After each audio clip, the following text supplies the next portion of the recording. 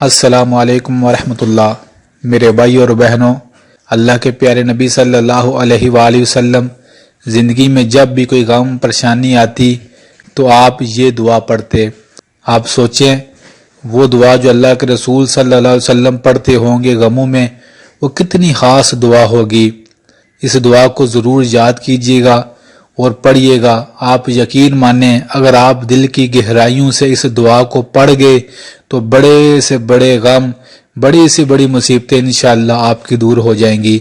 دعا آپ کی سکرین پر بھی آ رہی ہے، پھر بھی ایک بار پڑھ دیتا ہوں تاکہ پڑھنے میں آسانی ہو۔ اللہ اللہ ربی لا اشرک بہ شیئا، اللہ اللہ ربی لا اشرک بہ شیئا، اللہ اللہ ربی لا اشرک بہ شیئا۔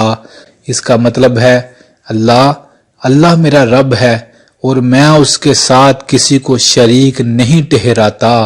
سبحان اللہ۔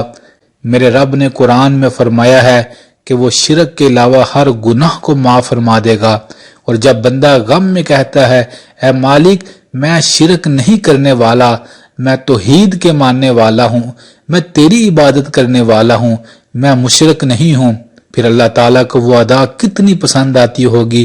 پھر اللہ تعالیٰ اس بندے کے ان لفظوں کے بدلے ہر غم اور پریشانی کو دور فرما دیں گے۔ اس دعا کو غموں اور پریشانیوں میں ضرور پڑھیے گا۔ آپ یقین مانیں کہ اس دعا کے لفظ میں اللہ نے بڑا اثر رکھا ہے۔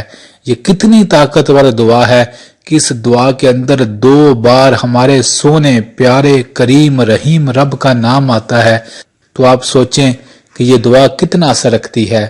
لہٰذا اس دعا کو یاد کیجئے گا، کوئی بھی غم اور پریشانی ہو اس میں پڑھیں، انشاءاللہ دنوں میں وہ غم اور پریشانی آپ دور ہوتا دیکھیں گے۔ اللہ سونے سے دعا ہے ہم سب کے ہر غم اور پریشانی کو دور فرما دے، بے شک ہم بڑے ہی کمزور ہیں۔